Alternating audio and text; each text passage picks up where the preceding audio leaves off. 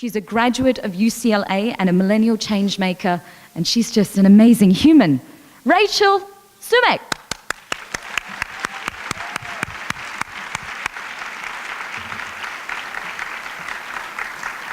Thank you for that amazing introduction. Hello? Okay, we're on. Great. The energy in this room is amazing and inspiring. There's no such thing as jet lag when I'm in a room full of you guys. So thank you for being here today. As mentioned, when I was about 18 years old, a few friends and I walked off of our university campus and onto the streets of Los Angeles and handed out our first meal. Fast forward to today, that one meal has now become 1.3 million meals. My name is Rachel Sumekh, and I'm the co-founder and CEO of Swipe Out Hunger. I do not need to tell this stream of people that hunger is a problem. From famines to food deserts, every single one of our communities lacks access to food in one way or another. Sometimes it's more obvious, and it's someone who you see on the street who's hungry, and sometimes hunger is a bit more hidden, and you're not sure.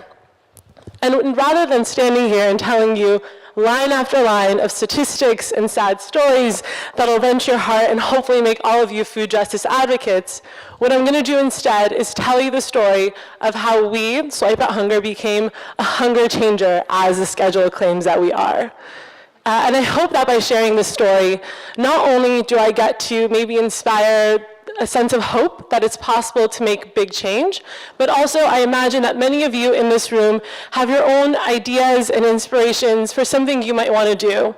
And by hearing how we were able to get started, some of our successes and some of our failures, it'll better help guide you through the process of getting started. So let me take it back to why we decided to go out that afternoon and hand out meals. It actually started because we had a problem. As students, we had something called meal plans.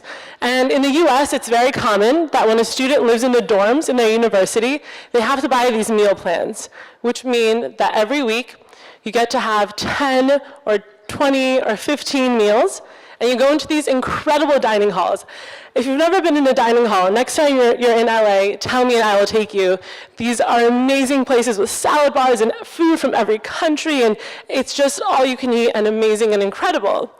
The thing is, though, you might not use all 20 of those meal credits in that week. So they roll over to the next week and to the next week, and by the end of the semester, many students have hundreds of meal points left over on their meal plans. And the unfortunate thing is that even though you or your parents have already paid for these meals, you don't get a refund. The school keeps these dollars. So what do students do instead?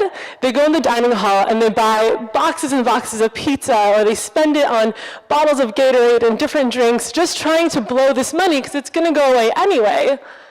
What me and my friends decided was there had to be a better option. There had to be something else we could do with these points. So obviously in a city like Los Angeles, where hunger and homelessness is everywhere, we decided we were going to go in the dining hall, buy some food, and then walk out onto the streets and hand it out to people. And it was awesome. We eventually got a lot of our friends to do the same thing. Go in the dining hall, buy some boxes of food, and bring it out to us at our tables. I'll have a picture of that shortly. Bring it out to us so we can go and hand it out to people as well. In that first week, we were able to collect oh, yeah, there you go. So you can see with our very fancy Microsoft Word skills, we made a beautiful poster. We set up a table that we stole from a dining hall. Just like really put this table there, no permission, just telling students, hey, go in the dining hall, buy a box of food and bring it out to us. We'll get it to someone in need. We were able to collect 300 meals in that first week. It was amazing, right? So many students. Imagine, like, you have this amazing resource. You can go and be cool and take all your friends in the dining hall, have an amazing meal. You can do so many things with it, but you're choosing, an 18, 19-year-old is choosing to spend that money and donate it instead. It's a pretty powerful choice. The only problem was that on the Friday, the last day that week, we had an administrator come over and smash one of the to-go boxes we had there and say, this program is not happening on my campus, stop immediately. And we were completely shocked, scared. What happened that this administrator's dining hall manager was telling us we couldn't do this. So rather than stopping, being the good teenagers that we were, a little angsty, we got a little bit of power. We went to professors and student government and different people on campus who had sway. And we asked them, how can we make this happen? How can you work with us to ensure that we can get this program started? Fortunately, we knew how to put together a proposal.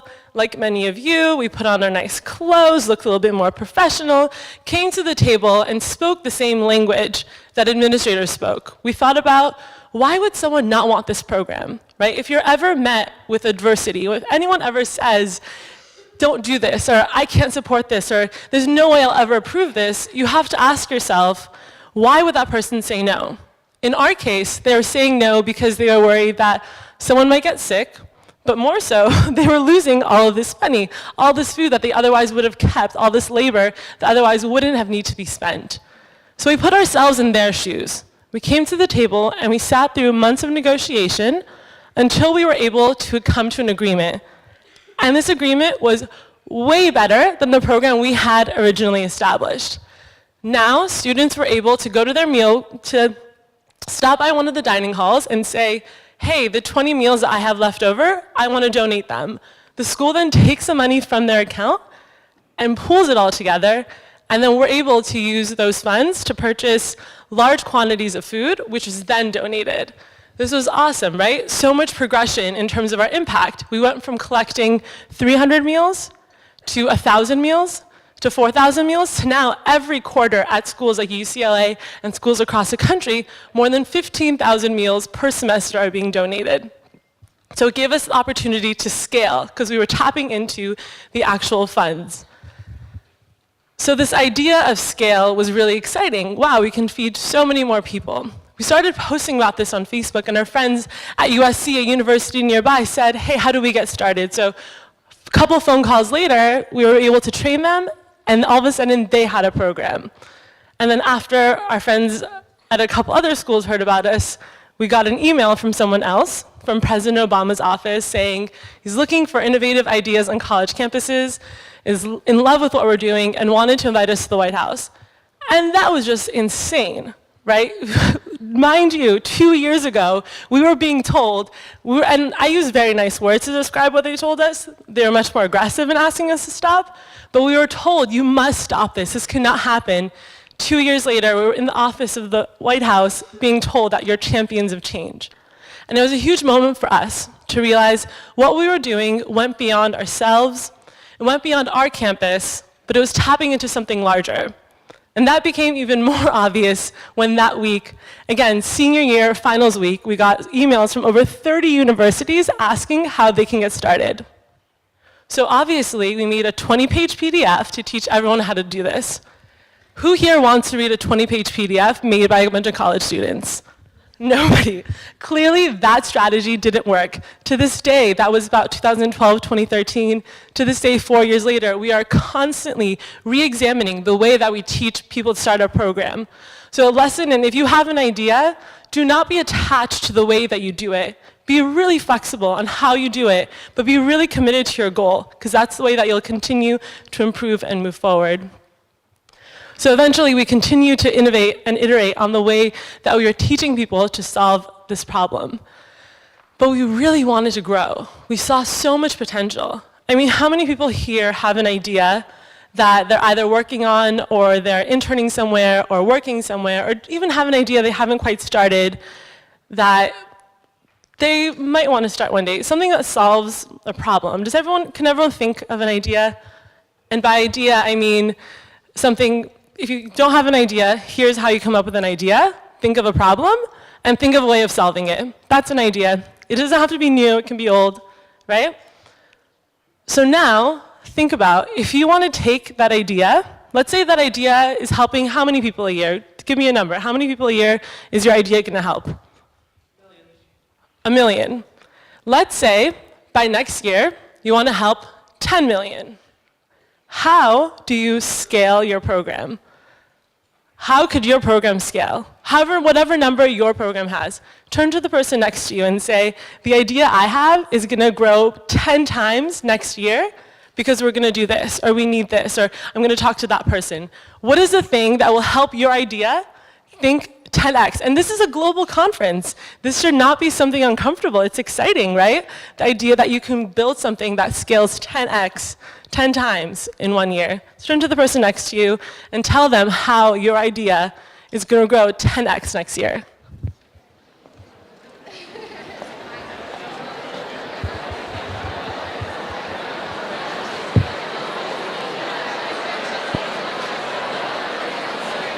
Okay, is everyone ready to change the world?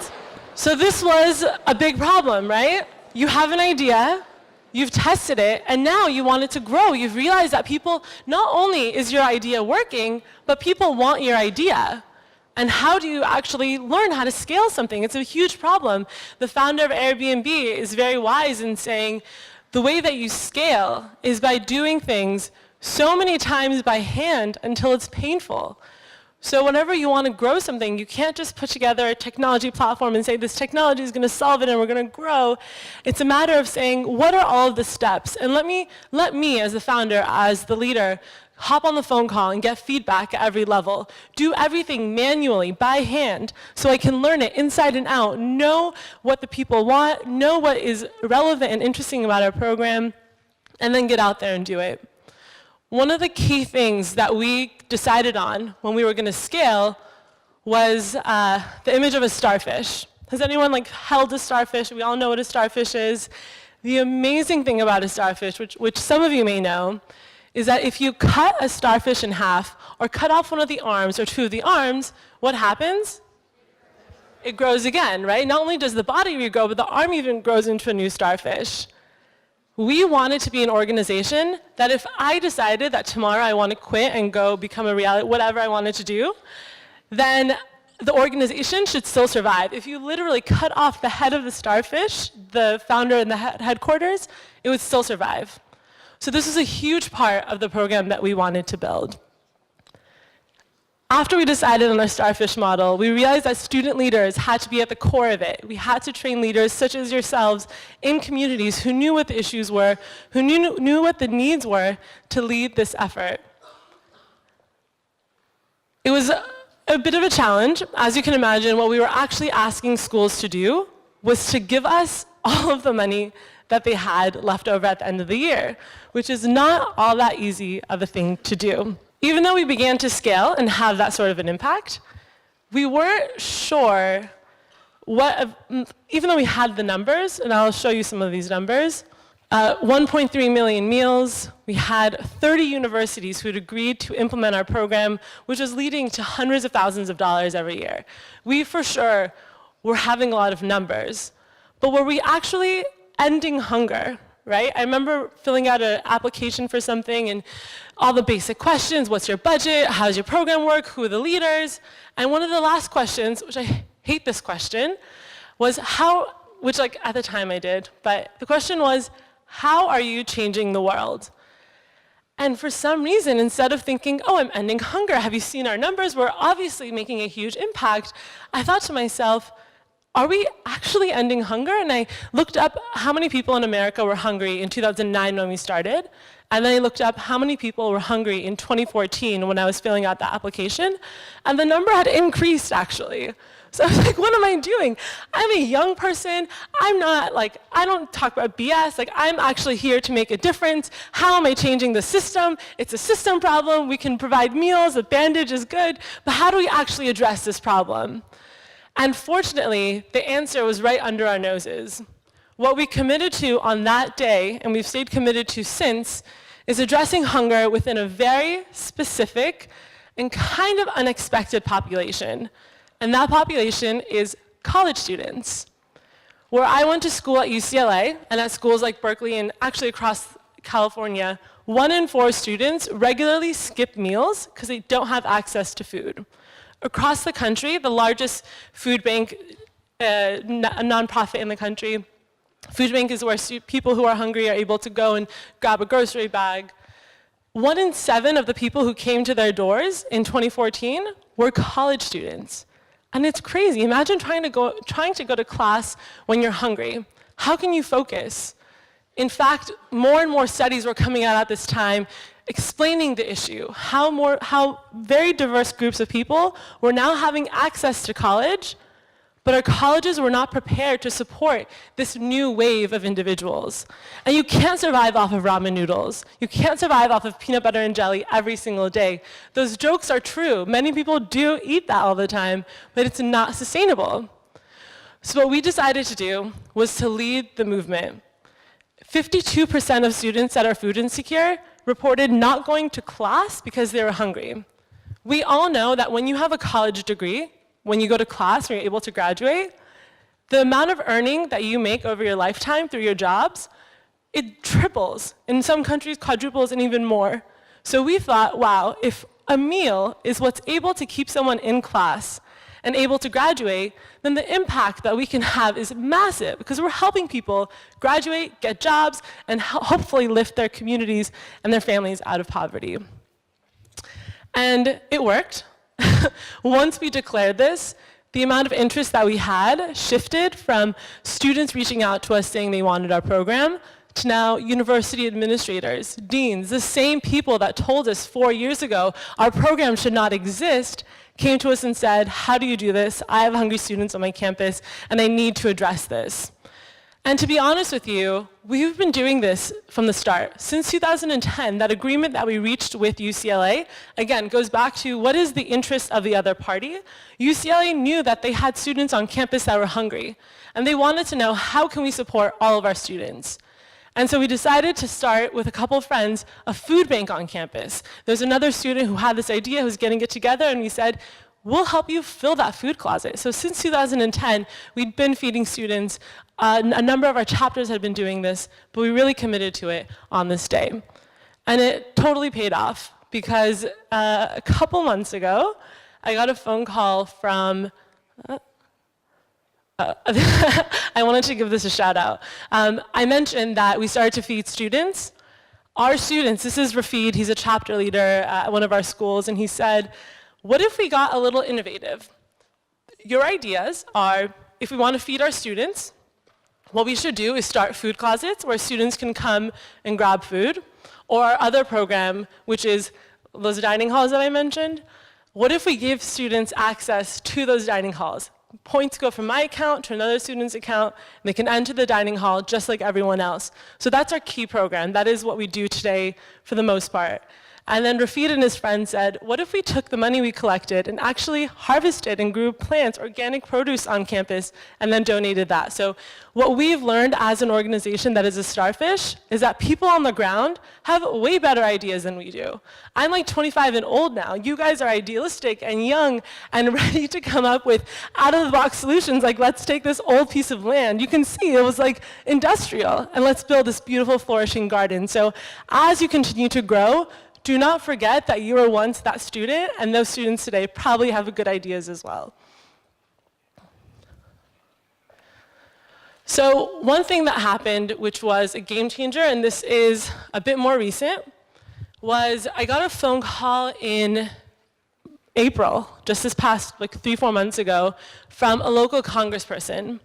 And she called me and said, you know, I used to be a professor, and I saw many of our students going hungry.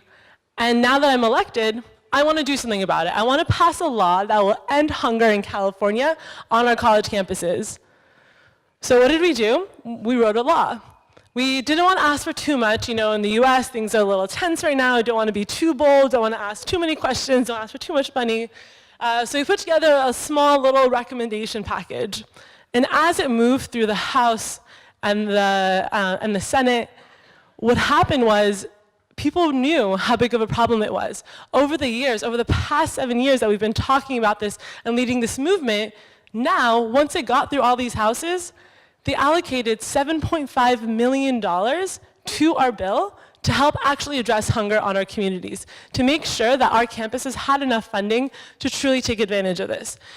And just to recap that for you, a congressperson called me, a 25-year-old, and asked me how to help address hunger in our community, because they didn't have any better ideas. So the idea of sticking with it, when people ask me for advice, any entrepreneur asks me for advice, my go-to is stay dedicated. right? I've been working on this for 7 years now. If I didn't hit 1.3 million meals, I would be pretty upset with myself. So staying dedicated is probably the biggest piece of advice I want to give you guys. And we're going to open it up for Q&A in a few moments, but I wanted to make sure that you had my contact info just because. I think I'm very 21st century that I have my Instagram and Twitter handle on there as well, because I'm probably more responsive there than on email. I would have put my phone number, but if anyone from the US wants my phone number, I'll give it to you. And one of the reasons why I put it up here is because who in this room is happy with the level of leadership you're at right now? This is as high up as you want to go, pretty happy at this level, no more. All right, okay, a couple people who are pretty happy. But some of you probably had a feeling of, hell no, I have so much more I want to do and see. And even if you don't know what the title is, that feeling that you had of what it might feel like at that desk where you'll be sitting, whether it's as a politician, as an NGO leader, as a business person, hold on to that feeling. And anytime someone says that, oh, you're doing a great job, and they don't encourage you to do more, especially young women. My parents are immigrants to the US from the Middle East. I'm a Persian Jew. And we were told, Middle Eastern women are told to be nice and submissive, and I encourage all the women to find a mentor. I encourage everyone, find a mentor, and tell them how big your dream is. Tell them, I want to be at this level, or have this accomplishment, or this feeling, and then tell them, and I want you to challenge me 10x. I want you to encourage me to go and dream 10 times bigger, because often we are the ones who limit ourselves in what we are able to accomplish. So if you want me to be that person and remind you to think 10x, email me. I'm happy to serve that role. But look to your dad, a professor, or someone you meet on the street at the next conference, maybe the next speaker, Ryan, this afternoon, who's also amazing. Maybe he's your guy. Find someone who can encourage you and challenge you to dream bigger as well. So we're going to open up for Q&A, but I want to leave with one last note for anyone who still needs a little bit of inspiration or ideas around how to come up with a solution that is going to go and change the world. Someone gave me this note card a couple years ago after we had, I gave a pitch, and they handed me this note card, and what it says is, most innovative ideas come from existing practices or resources treated in new ways. So when we examine the existing practices, the things we're already doing, or look at the resources we have in new ways, that's truly innovation. And that's truly how we can make an impact. So if you think you don't have anything to start with, consider the things you have around you. Thank you. Hi, my name's Hannah. I'm from the United States in Ohio. And my question is, we started a, similar to what you do, but we don't have, not a lot of our students have meal plans on our campus, and so they just donate money to go to a meal to somebody who can go up to the food service person and be like, hey, I have hunger issues. And get a meal without anybody knowing, so there's no outcasting involved with it. But we have an issue where people aren't donating money. Whoop. We have an issue with people who aren't donating money. We had a lot of a lot of people donating when we first started because they were excited about the program, and we have issue with people participating continually. Do you have any advice for that issue? Yeah, that's a great question. And the first thought that came to my mind is it the responsibility of the students to use their own money to help their peers? What I would say, the first piece of advice is, what if you talk to your university and ask those administrators to find some fund from their endowment or somewhere else to help fund the program, right? We have a school, university, just so you guys know, I mentioned we're on 30 schools. We've attempted to launch at over 300. So if you want to get familiar with rejection and failure, come talk to me, because I deal with it on the daily. And so a lot of our schools push back and say, we don't have the capacity for something like this, right? They might say that to you. And what we've had a number of students do is say, fine, if you're not going to do it, then we're going to go to student government and have student government pass a referendum, so a piece of every year's student fees go to fund this program. because there is student funding in that respect. So that might be an interesting way to say, hey, school, we're going to do it on our own, and hopefully next year you can join us. But yeah, that's a great challenge. Okay, thank you so much. Thank you. My name is Freddy Kwaza from South Africa. What I'd like to know is, how do you deal with the issue of dignity? Because in most cases, from where I come from, some of the students are afraid to come and fetch the food directly. So we normally use a formula of putting some of the money in cards so that they're able to go and swipe and all sorts of things. So how do you deal with the issue of dignity when giving out food directly to the people? Absolutely. I think the issue of dignity is at the core of the questions that we ask when we're trying to solve these problems. Two things. One is all of our chapters are run by students. And so when students are out there, there's 30 people in each group say, this is what we're all working on. This is an issue. We all know this is an issue. And having other students that aren't hungry be champions of that and be saying that, it makes it a little bit more normal. It makes it a little bit more accepted that, of course, if you're hungry, there's a whole student group, a bunch of our friends run a program aimed at addressing this issue. So how can you make it more normal? One, and remove the fear of dignity being hurt. Have campaigns around it. We had a whiteboard campaign. I'm sure many of you have done whiteboard campaigns on your campus where students are able to get a whiteboard and say, this is actually a really fun one. College students all have insecurities, and we believe food should not be something that someone's insecure about. Be insecure about not being invited to the party or your Instagram or whatever else. But how can we make it more normal that some students are going to be hungry? So campaigns on campus in that sense.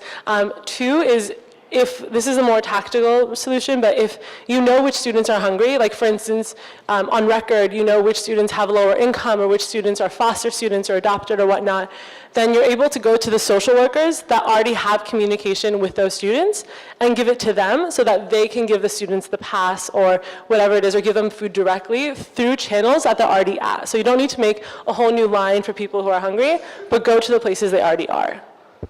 Thank you. Thank you. Hi, my name is Danushi. I'm from Sydney, Australia.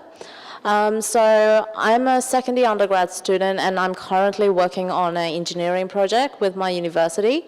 And at the moment, we're going through a lot of these administrative parts where we're trying to negotiate about the budget and things like that with our university. So you talked about how you had to negotiate for your swipe hunger project. So I was wondering whether you have any pointers for us. Absolutely. So the first one, like I mentioned, is anytime you go to the table where you're trying to negotiate and the other person has more power than you, a couple things. One, understand what their interests are. If they have, let's say, a huge PR campaign going on because there's a big controversy last semester, say this can be a solution for that. Or if they have a goal that's something else, provide your program as a solution to one of their interests or one of their concerns. Secondly, come to the table with more power. Like I mentioned, before we went to negotiate, we brought student government on board. We made sure that the newspaper was talking about what we were doing. We made sure we had professors and administrators that had a lot more power than we did endorsing our program. So if they said no, they knew that there would be a public backlash. They knew that it wasn't just at this table they can close the door on us. They had to consider what we were doing. Thank you. You were really helpful. I'm glad. Thank you. Hey, my name is Nipuna. I'm from Savannah, Georgia, and I'm the student government president at my university. Go Bulldogs. We actually have a really good campaign to support the students. The administration is on board. We have an anonymous donor who has donated a lot of money. We have something called the Pirate Pantry that is available to give a lot of food supplies to students in the community. One of the problems we had was dignity, but you answered that question. The other problem we have, and this might come as a surprise and something funny, but we don't have a way of seeing exactly who needs help, and usually what we have is any student coming to take food, and in that scenario we have seen not having sufficient food supplies to support the students who are actually in need, because we can't turn away anybody technically, but we've seen that given the fact that every college student is going through some kind of hardship in finances and getting food, we have just general students coming to get food and we don't turn them away, and in that we have a problem of actually giving the food to students in need. So how do we tackle that? It's a really, really great question. So as far as a tangible way to identify students who are in need without just asking is, like I mentioned, identify places they're already going. So in the US, if someone is eligible for a Pell Grant, it means that they're very low income, they have double the poverty line income, and that's an immediate way to identify people who might be in need.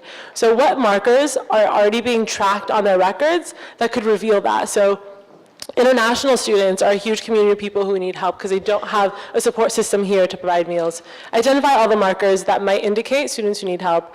Secondly is one of our schools in California, UC Santa Barbara, what they developed, they also had this problem, was they created a form. They said, anyone who wants a meal, fill out this form, and you'll get one free meal. But then they had one box underneath that said, tell us a little bit more. Tell us more about your situation. And then those students who filled out that form and demonstrated that they had greater need than I'm just stressed out, or I'm in a tight place, or I spent too much money on Saturday night at the bar, or whatever it is, those students who need more help are able to be contacted by a social worker on campus, and they meet and have more support provided.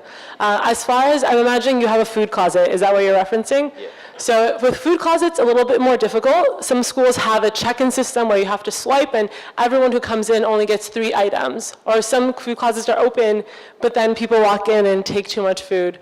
So I think it's a matter of coming with your administrators and other students on campus and saying, what are our values? Are we all about open and inclusivity and let's just open this? Or do we have a goal? Do we want to make sure that 500 of the most in-need students are getting help? So we have to set up parameters. We have to understand we need to focus on a certain demographic and we need to close it off.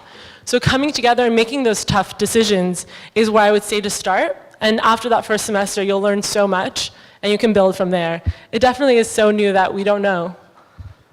Yeah, thank you. Hi, I'm Ayana and I'm from Canada. So I'm actually the finance director for a grassroots but growing charity based in Toronto, and I was really interested in the topic of scaling. So I wanted to know, how do you scale but maximize and control your operational costs and overhead, but at the same time you maximize your charitable activity? In essence, I want to know, how do you maintain this kind of financial integrity throughout your growing process as a charity? Absolutely. That's a great question. And I think many of us know that many NGOs have such huge overheads, these huge budgets, and younger people don't want to donate to the Red Cross. They want to, maybe they do, the Red Cross is great, but you'd rather donate to like the local charity in your community because your friends started it or you're connected to it. So as you scale, you lose some of that grassrootsness, right? And so the challenge becomes, how do you keep that culture and that sense of lean scalability without becoming a huge behemoth? The way that we've overcome that challenge is we only have like 3 staff people that are paid. Our entire program around the country is run by student volunteers. And you guys know, you've probably done fellowships and internships where you're really committed. We fully trust that students are able to implement this. So one, we tap into a volunteer network that's incredibly dedicated. How do you build teams on campuses that can support your work? And it's a win-win. As I mentioned, they're not in any way beholden to us. We teach them, it's like a franchise model, so it has to be reciprocal, right? We give them all the autonomy and power that they want on campus, and it's just serving a larger mission. Secondly, I would say hire people in the national office who all have a shared vision. So everyone has to believe that the way you're moving forward, in the sense of like lean, scaled, nonprofit NGO is the way to move forward. Otherwise, you're going to have HR people going one way and the other way. It's absolutely about a shared vision. Thank you so much. Thank you. Hi, I'm Amelia from Canada. My question is, involves, so my campus runs a lot of events throughout the year, and I always see them over-order food. There's so many food that gets wasted on events, and there's food that's already made. And Ontario has a lot of laws and regulations in regards to how you can get food donated. So my question is, how do you get over those barriers when it comes to laws and regulations and having to deal with the university and college administration? So real. I'm sure many of us can think of a law or policy or rule that exists that doesn't make sense and is actually preventing you from being able to do more good, like safety regulations around leftover food.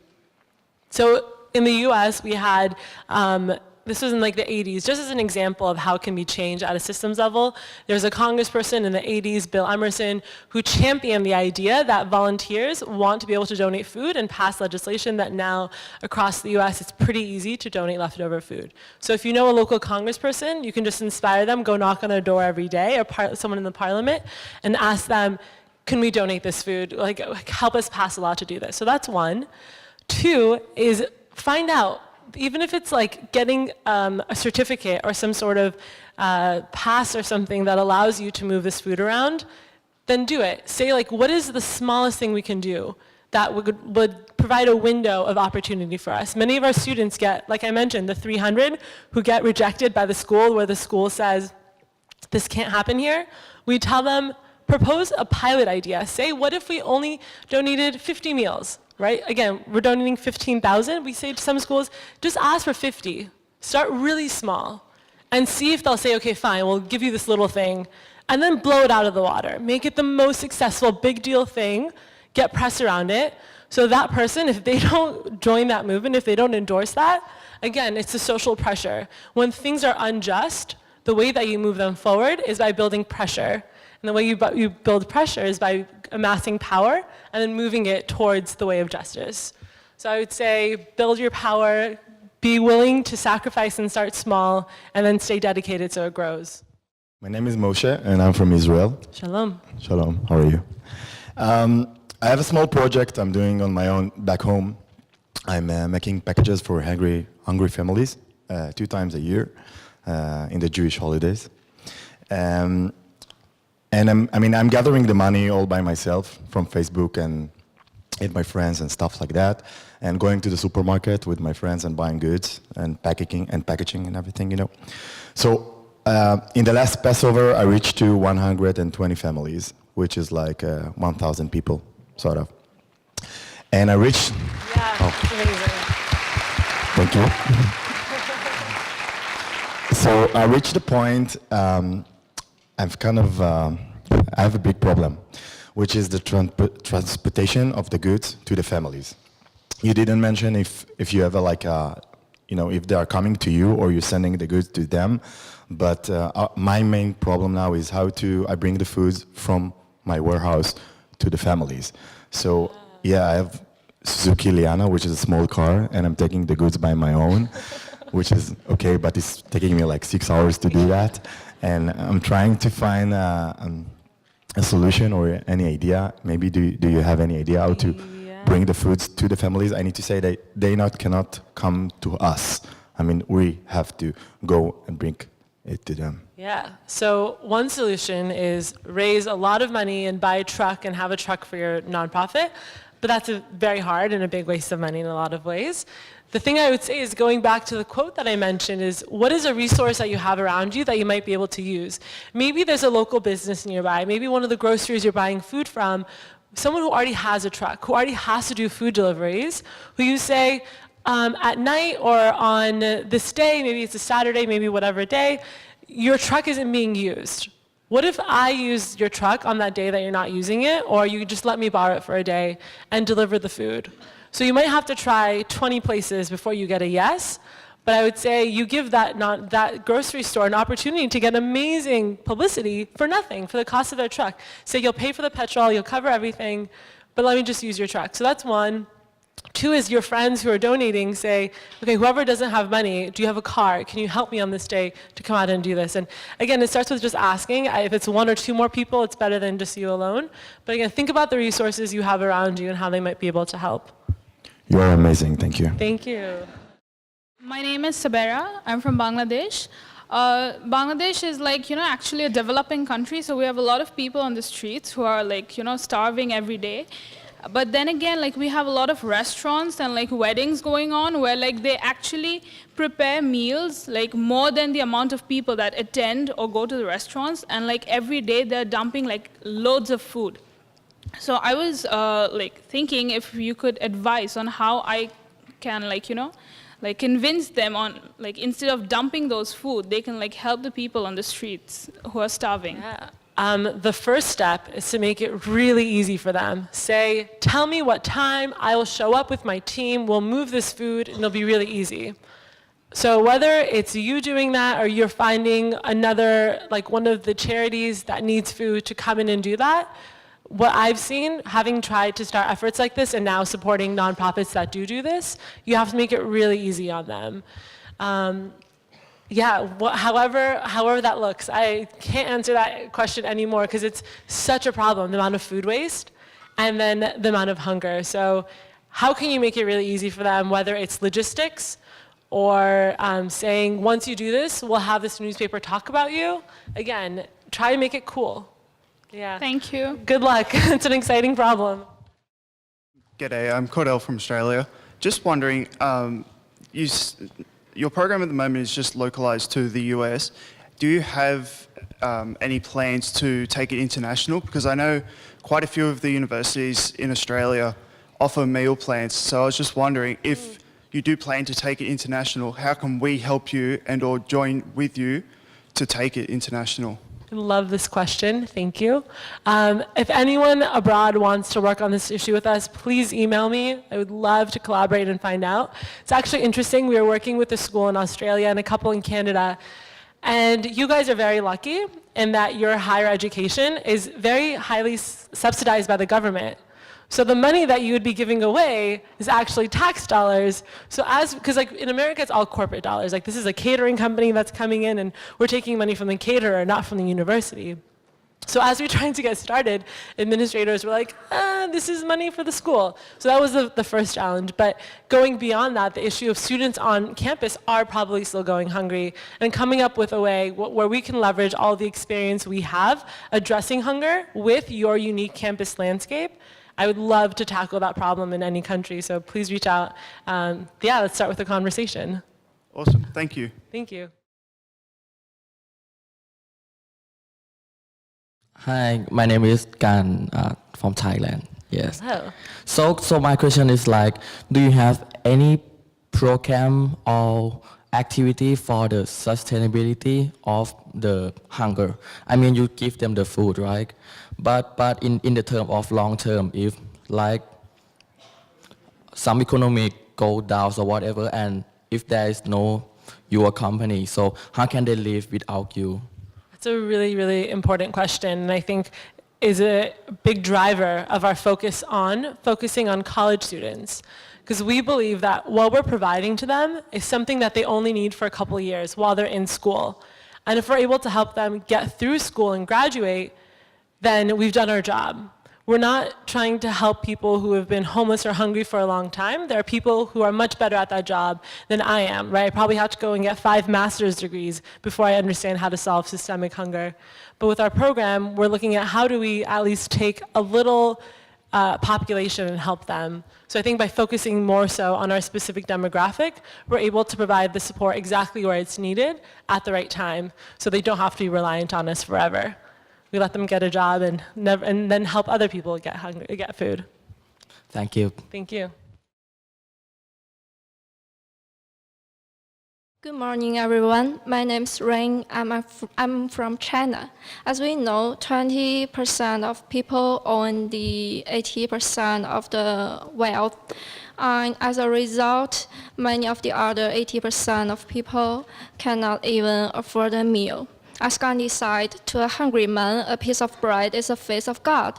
So my question is, how to do with the problem of the gap between the rich and poor as a teenager? Thank you. Thank you for that question. And I forgot to say that I hope that it doesn't sound silly that I'm up here talking about college students that are hungry when there are literal famines going on around the world and people who barely have access to any food. So I think it's a huge spectrum of need that we have to address, and the inequality, right, of income and access to food and access to income between the very rich and the very poor is big. I'm not an expert on Chinese policy, but I would say that as a teenager, and I love that you asked that question of like, well, what can I do? I know the system is broken, but what can I do? And I think it might start with just your own community. How can you move the people around you to believe that it's important to take care of those around us, right? I think I had to do a lot of convincing of my family and friends of, no, we should go volunteer, we should donate, we should be involved, instead of people thinking that, oh, poor people did it to themselves, or they need to work harder. It's our job to have people realize that a lot of things are out of people's control, that you might just be born into the society. So starting with changing your community so that they can help support policies or communities that might need help. I would say start there, and then maybe start just by handing out sandwiches to homeless people that you see, or people around that might need something, and then see what happens, right? Start by taking action. When you don't know, when problems are so big, just start by taking one action and see how it feels and what happens. Thank you. Thank you. I'm Adam, I'm from the UK. In the UK, we have not only a stigma around food banks, there's also a real misunderstanding in that people don't realise that food banks aren't simply there to provide food for people, they're to provide other basic necessities, diapers, toiletries as well, so that people can help put themselves back on their feet again. If they need to go for a job interview, giving them the clothes, the availability, to make themselves feel like they can go and they feel respectable. So I suppose I've got two parts to this question. Is one, not only how do you sort of try to erode the stigma around food banks, but also how do you solve the second issue of food banks, in that there's a real shortage of these toiletries and other basic necessities going to these places, and yet often they've actually got quite a bit of food, they're just really lacking in this other bit. Yeah, I would say the ways that I've seen it, great question. I would say that the ways that I've seen it work really well is whenever companies or corporations are willing to donate their sample sizes a lot of the time. So how can you get the toothpaste company and the hairbrush company to the little hairbrush that had too much blue or too much green in the color to be donated? So reaching out to these companies, because right now they're throwing them away. And again, making it really easy for them. Tell us when and where to pick it up. So that's one way to really easily source things. And the important thing about this is that it's consistent. If you're going to do a drive from your community, that would just be a one-time thing requiring a lot of effort. How can you set up systems that consistently will provide this resource to the food bank? And then as far as addressing the stigma, how can you make the food bank a pleasant place to go? How can you make sure that volunteers are coming in and painting the walls, and that someone is always cleaning it, and it feels good to go there? Because if it doesn't feel good to go there, then I'm not going to come back, even if I need that resource. So I would say that's step one, make this a place that feels good to go. And then take your friends there. Have it be a place that people can so easily volunteer at, engage with, so that it becomes something that we just talk about. So have it feel good and make it an easy place for people to go and volunteer. Okay, thank you. Good luck, thank you. Good morning, everyone. My name is Ahmad. I come from Afghanistan. I would like to come to the point on a different way, in fact. So we usually think that the reason for poverty is, or for this, or humanitarian actions are required only on those areas where they do not have natural resources. So it is not the case, in fact. I believe that as human beings, it's our responsibility that we should help and support the mankind and other human beings. But I also believe that supporting is not only for food and shelter. It has to be in different aspects as well. I will go for my country, I will just focus on this. In Afghanistan, we have the natural resources, we have the physical resources, but unfortunately, we do not have the potential and the required capacity to manage this for the benefit of the people, to maintain justice and remove poverty. So we usually think also that only we can do the humanity, or we can support the human beings by, or for the poverty reduction. The main reason is for only those disasters or the natural disasters, or the countries where they do not have national resources. So, but I also focus this, that we experience, unfortunately, shown that wherever there is war, there is poverty, there is forced migration, and there is injustice. It is not the case that only the national resources and the capacity of the people, we have to consider this as well. Absolutely. So, I also, yeah, I will also, yeah, I will think come I to the got- question. I will come to the question. So we can say that we only think that for removing the poverty and welfare, we can only maintain welfare whenever we are united. We should have strong ambitions, and also we should try to have movements, in globally movements to maintain justice and poverty. We can also focus on our main responsibility as this generation, that our important role is to maintain, to present a better world to the next generation. I will just, at the end, I would like to focus, and I would like to ask a question from all the delegates, from ourselves as well, from me. So let's think that we are in the globalization stage. Politics is globalized, economy is globalized, environmental challenges, including the Climate change. climate change is globalized. So we cannot really globalize social justice and welfare. It's a very good point. Thank It's you. a very good point. Thank you for that question and all of that context. Where are you going? Where are you going? That was great. Thank you.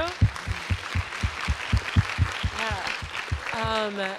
The draw that you made between just having the resources, but then the capacity is missing or other things are missing is a phenomenal point. And a lot of the times you see NGOs starting that are saying, we're going to solve this problem. Like even going back to the food waste question, right? There's so much food left over and there's so many hungry people. Obviously, we should just move this food from one place to the other and we'll solve the problem.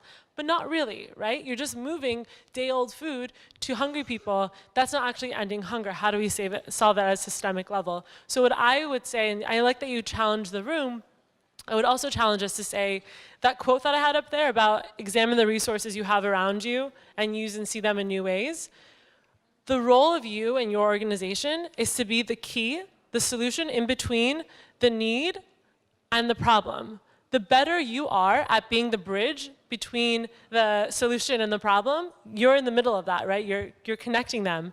The better you are at that, the better you are at building capacity, at actually seeing problems on a localized yet global level, because like you mentioned, it's impossible to not think globally about systems anymore, the more successful you'll be in addressing these problems. But yeah, that was great. Thank you. Thank you so much.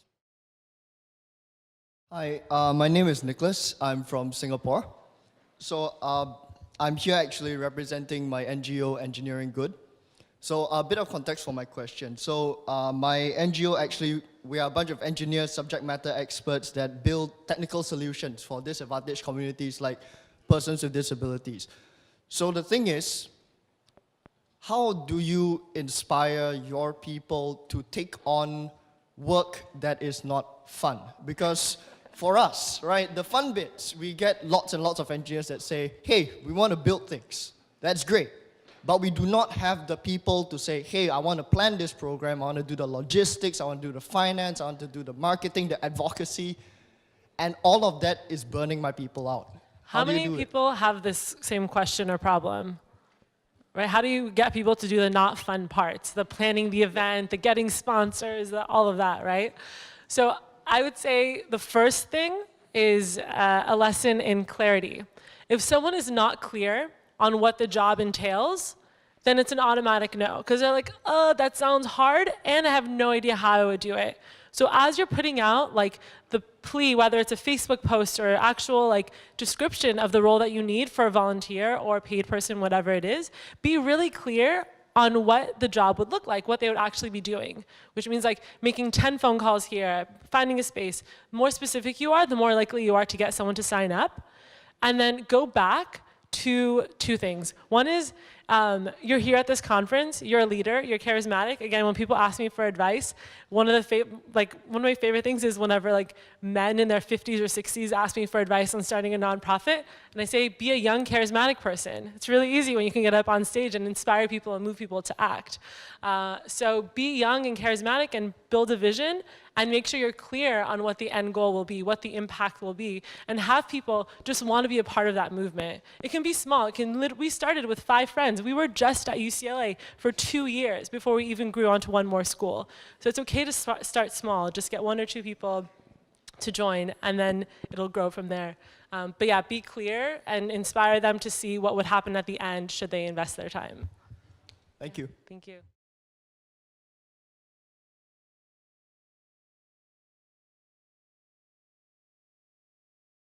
Good morning, everyone. My name is Pony. I came from Indonesia. Well, I have a question that in Indonesia, there's a lot of people who face the hunger, especially in the capital cities, that most of them are come from village. And then when they are come to the capital cities of Indonesia, they think that they can get the life more prosper. And then they are coming there without the exact job and they have no place to live. And then, yeah, there's a lot of communities, especially, of course, the government already have to donate the food. But the fact that happened right now, maybe since for a long time ago, that people getting more lazy to find a work because they think that we can get everything free from the government. So my question is, what kind of idea that you can help? That's very, very interesting. I think a lot of countries might have that problem between what is the difference between having the market, right, businesses have opportunities, and then the government being a safety net to make sure people don't fall through poverty.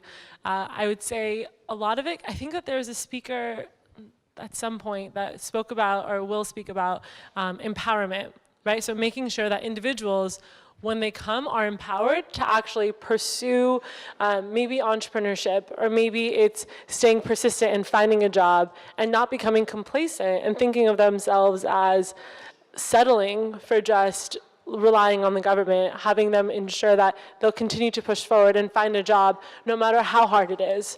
So how do we ensure that when people come to our cities from the rural areas, that they might have a job training program that trains them to believe in themselves and how to write a resume and how to push forward. So little things like that. Maybe you can start like a workshop of like, did you come from this village in pursuit of attaining this business or whatever? Come, let me teach you how to present yourself, how to do these things so that they are successful. But what you're actually doing is reminding them that you can do this. Just stay committed, can stick to the process. Okay, thank you very much. Thank you. My name is Chen Yichang. I'm from China. Hello. As you know, in our country, there aren't so many trams. Our school usually have the designated donation size, but sometimes I think the charity becomes a show because the so-called poor areas may be just the only one be exposed to the public. But there are so many other areas in the remote areas. They are really need help, but may never have the chance to be known. So my question is, how can we get the real effective information about the people really in hunger and panic? Again, that is a very big challenge that we face. If we want to solve a problem, we have to know what the people's needs are that we're trying to support, who they are, where they are, and what they actually need. My advice is to just talk to them. Start asking people that you do have right now that are coming to the food banks or coming to get support. Who else in your community might need help? And where are they? And why aren't they coming here? What would best help them? Get really clear on who you're trying to serve and start there. Once you have a clearer picture of the need and the challenges that you'll overcome getting there, it'll be the best step forward. Thank you. Thank you. Hi, hello. My name is Danish. I'm from Singapore, and I'm currently working at a startup, and I'm also incorporating my side venture that involves animal welfare, especially for dogs, adoption drives, and sterilization programs, etc. So my question is very simple. Are there any significant failures that you wish to share with us? Because I believe in learning best from failures as well.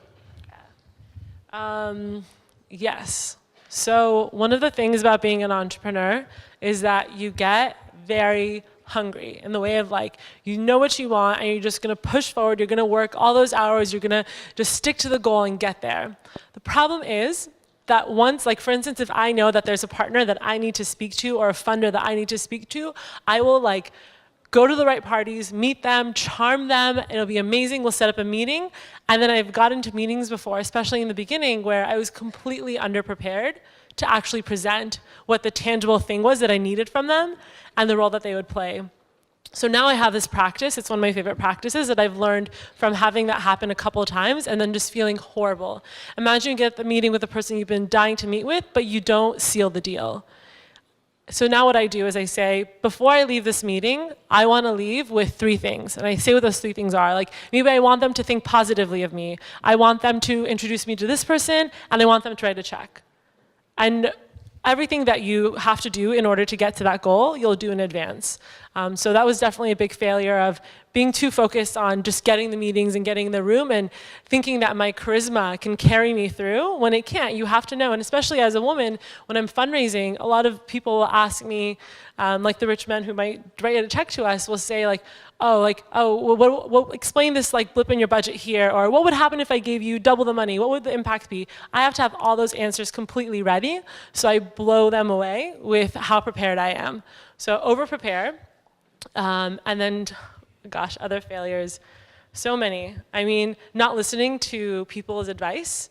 And one of the things you have to become really good at is listening to advice, not in the way that anything anyone says is true and you have to believe it, but how do I better listen to what they're telling me and why they're telling me?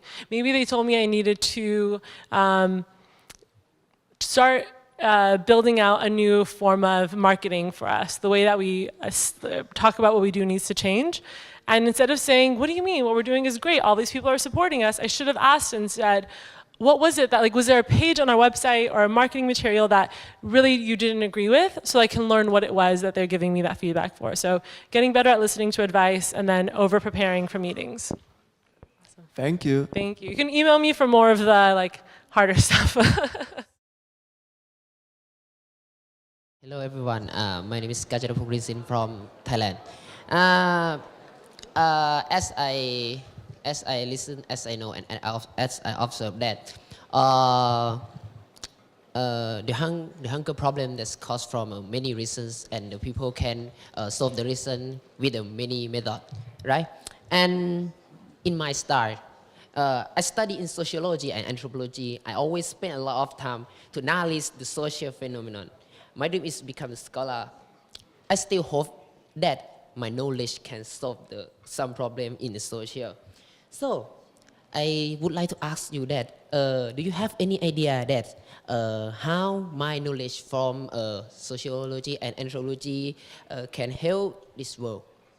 That's a really cool question. And excuse me, and can you answer me slowly, because my listening skill is not good? Absolutely. So the question was,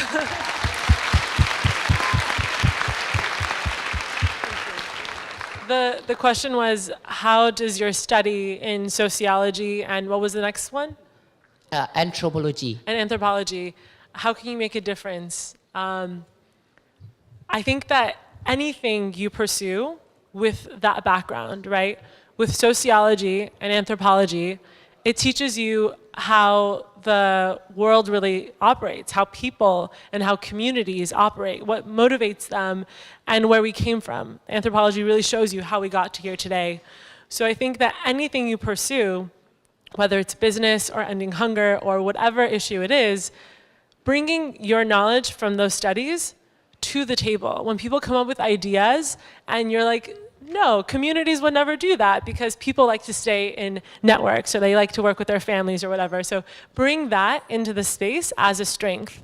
So I think you can do anything. You can make the biggest impact in the world. You just have to decide in what industry, in what way will you use your knowledge. So it's up to you. Thank you. Thank you. Hi, my name is Callum and I'm from Australia. Good day. Hello. Good day. My question is related to education, specifically how we address the knowledge gap of food insecurity and food poverty. To give an example, in your presentation you mentioned that 1 in 7 college students in the US skips meals and lives in food poverty, and not many of us would know that. That's not common knowledge. In Australia, one of my neighbours, Gladys, she's 86 now. For her, a cup of coffee is considered luxury. The last time she had steak was 2.5 years ago, and she's not the only one in my community. I took this issue to my Member of Parliament. He had no idea, but he decided not to do anything about it, so we voted his ass out of office. Woo!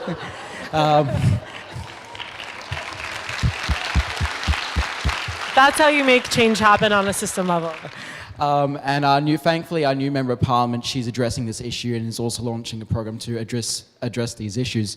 But you know, how do we address like education? What can we look at education-wise? Like, how can we inform communities, inform universities that these people, even in well-to-do communities like senior citizens, college students, how can we, you know, address the knowledge gap? How can we make this common knowledge? And what are some of the strategies that we can implement from your perspective? That is a great question. And I think the baby boomer generation, people who are now in their 50s and 60s, one of the largest generations, are all getting old now and not working. And so a huge problem that I'm working on back home actually is this issue of senior hunger, older people who are going hungry.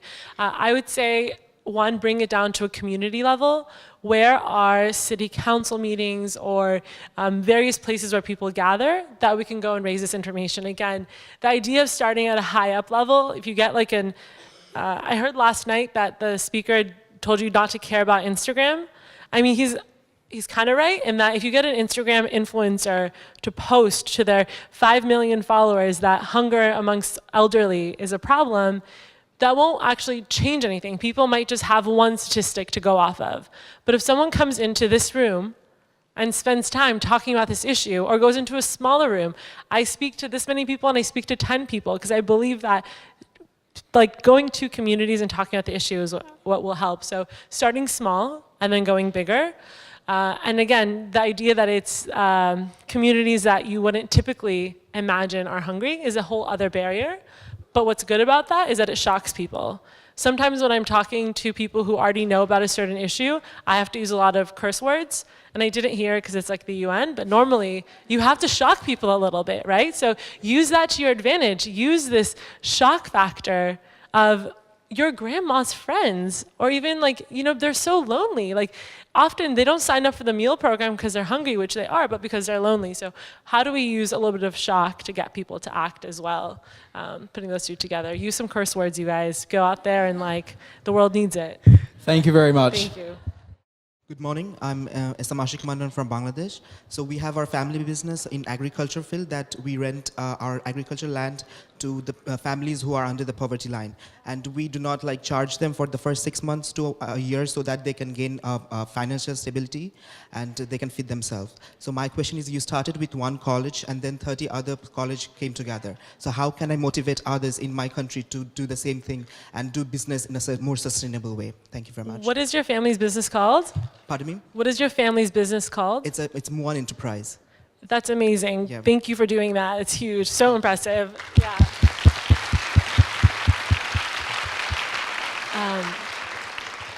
I would say, I don't know if this is true or not, but I would say share with one other family or a couple other families the impact that has happened since you started doing that. Whether that impact was nothing, saying it literally cost us nothing else. If anything, it caused us to have more money because we had our name out there more. And then say the impact that it had on that family, and then compare that. This is one of my favorite things to do for people who are skeptics. Compare that to the cost to society that would have happened if that family didn't have that opportunity, right? That's one more family on the street. What is the cost to society to have one more family to have to take care of? So what you're doing is painting a picture to that person where they can't say no anymore, almost. So one of my favorite things to do is before going into a negotiation with, like when I'm training someone to go into a negotiation, I give them all the answers of what the other person is gonna push back on. So if you know that family is gonna say, it's too expensive, I don't want these dirty homeless people on my land, or I don't want this and that, whatever they might say, have answers to all of those ready and leave them in a place where, and now here's this easy way to get started. I already have a family, they live nearby. Like again, make it easy for them. Take away all their excuses and then make it easy for them. If you want more specific help, I'm more than happy to chat and learn more, so email me. That's awesome. Thank you very much. Thank you. Hi, good morning. My name is Ian. I'm from the Philippines. So right now in the southern area of the Philippines, there's conflict happening in Marawi. And lots of female soldiers don't have access to toiletries and all of those things. So my mom and I started this thing that, because I study in New York and I'm based there right now. So we send money to the Philippines to buy sanitary napkins for women soldiers. And so we started this initiative with a non-political state of mind. So that's what we said, like, Even if you're a politician, if you're going to donate to it, we're not going to, it's all anonymous, basically. And a lot of politicians wanted a stake in it, and started telling people that they were helping in the initiative, putting their name in the project. And you mentioned that former President Obama invited you to the White House, all of these things. And I was wondering, how should one deal with your organization being associated with a certain political initiative, political person, or party? That is such a great question.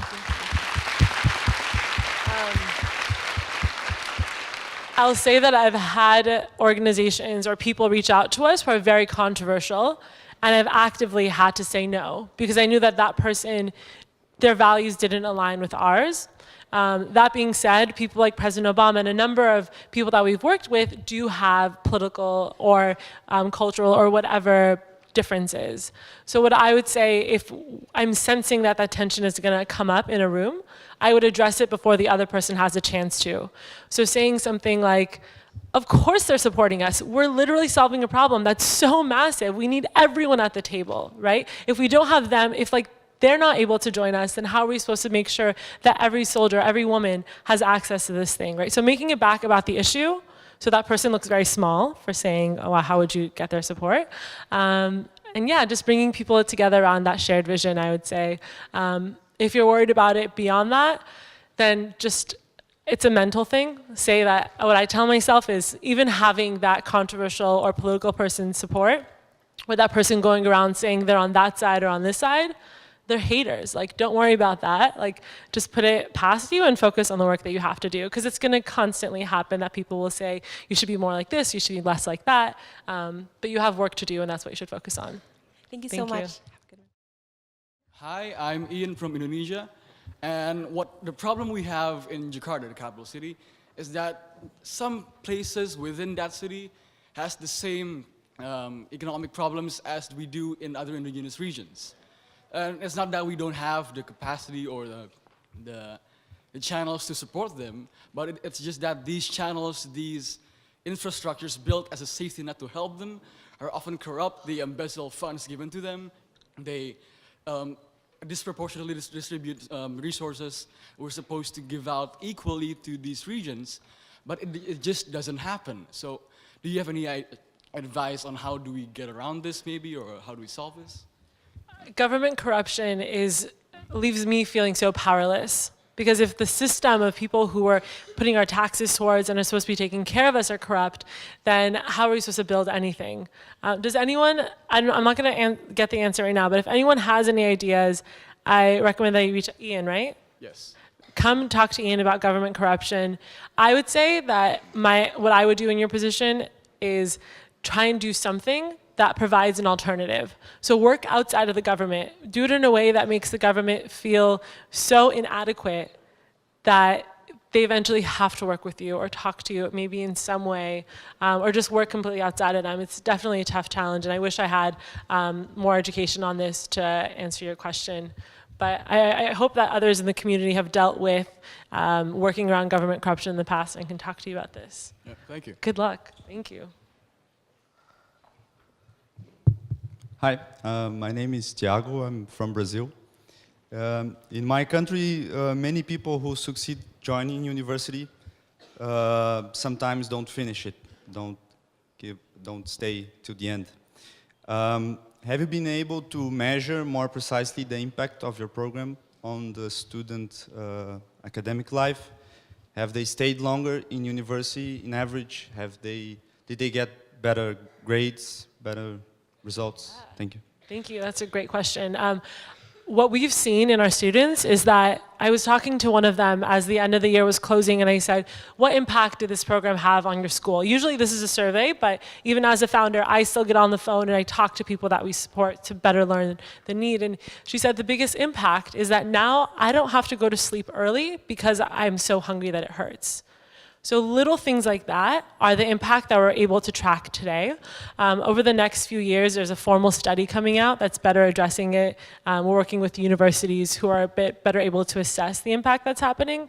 But students are able to, I hope, finish faster, because traditionally students reported dropping out because of lack of access to food. So right now we're just like, let's go full force, and in the next we have 2 more years, assess what the impact has been. But obviously having data is a huge, huge part of what we do. Thank you. Howdy, I'm Ian from the States. Hey, and Ian. I don't want you to take this the wrong way, but you do earn an income running your NGO, right? Yes. Well, why not take it the next level and petition government to just subsidize all food on college campuses for students? This is my vision and my dream, and I'm scared to say it sometimes because food should not be expensive. Like, can you come work for me? Where do you live? Like, I will hire you.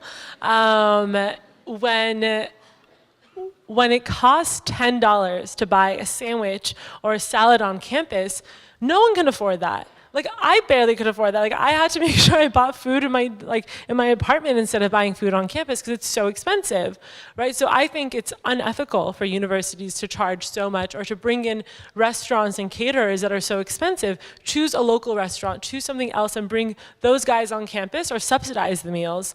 Our goal, so I talked about scale. I'm so glad you brought this up so I can say this. That scale is only good if you have an end goal. So what we hope to do is eventually grow to a number of schools. We just passed this legislation, the $7.5 million bill, that will give money to schools across California to implement this program. What we hope that does is that it normalizes this idea of feeding your students across the states so that it does become normal. Our organization is just trying to usher in this new wave of food being accessible. Food is something we need. It should not be hard to get food that you can afford, especially because college students don't have cars to drive to the grocery store. So yes, thank you, absolutely. Thank you. Hi, my name is Nofam from the UAE. I have a question. How do you financially sustain an NGO, whether it's an initiative or an enterprise, on a short-term and long-term basis? As well as what is the ratio dependency, whether on resources or finances? It's a great question. I would say always having a focus on what your goal is, right? Are you trying to build a nonprofit, an NGO that you want to run for 20 years? No, maybe not, maybe not.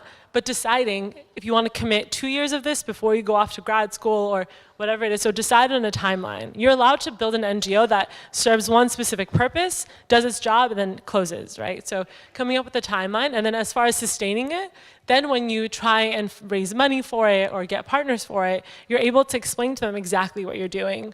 Having partners is a huge part of getting started to begin with. So effectively communicating that message to partners to bring them on board is huge. And the second question was around resources and finances. Do you mean like working on the problem and then fundraising, or? It really depends on what like the NGO or initiative is. I know that, but I think how much dependence should there be? Should it be more on resources, or should it be on fundraising, or even like solely profiting from your enterprise? It's a really, really good question. Goes back to what you're trying to solve. So for instance, if your enterprise is able to generate funds to raise money on its own, then how do you make sure that the money that's being raised is being reinvested in the resources? So seeing it as one problem, seeing as each one, the resources and the finances are feeding into each other. And if one of them starts to stray off too far one way or the other way, that's why you have a board of directors or you have mentors or advisors who are able to spot things growing separately and help you reassess and make sure there's alignment between the two. It definitely helps to keep the conversation on the same page. Okay, thank you. Thank you.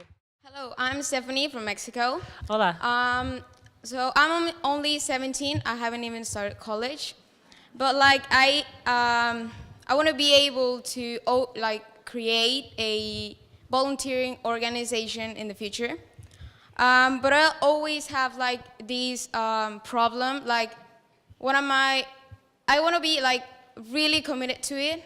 So I don't want to have any other work or anything, and I am always questioning myself, like, where am I gonna have that income? Like, how am I gonna get food or clothes for myself? Like, I don't care about luxury or anything, but like essential things for me.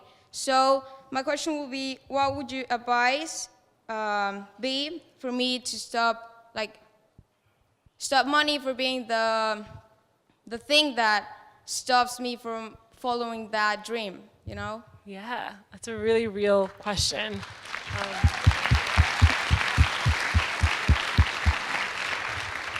One of the things I ask myself, and I encourage other young people to ask themselves, is there anywhere else in the world I would be learning more about myself?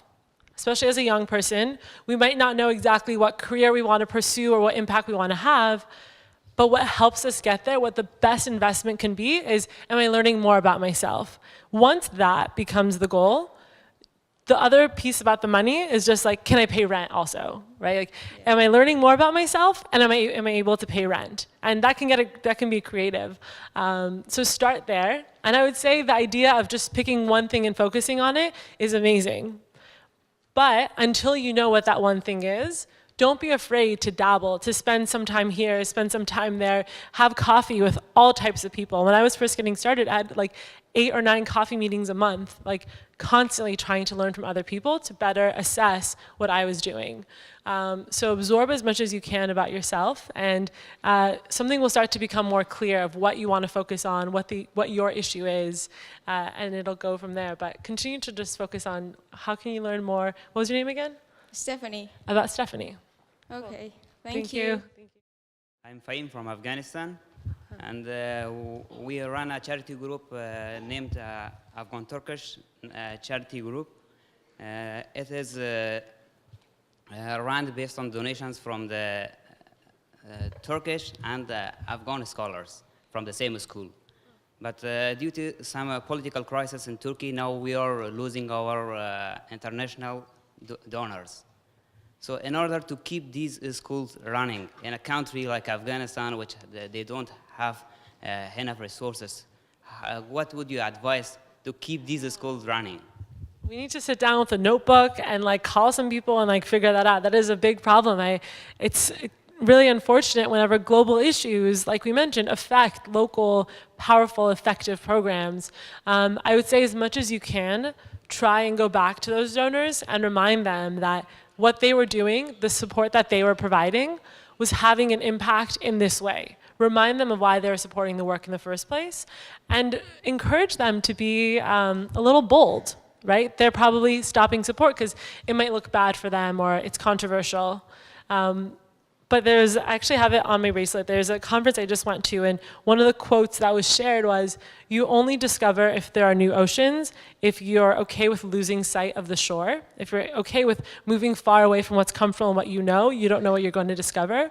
So when people start to act in fear and pull money away or stop being involved in something, it's because they're worried that they're going to lose sight of what they know, that something at home might change because they're involved. So encourage them to be bold, encourage them to support this, which is the future, right? Don't live in the politics of the present or the past, continue staying future focused. So whoever on your team is the most inspiring and effective communicator, have them give those people a phone call. Yeah, good luck.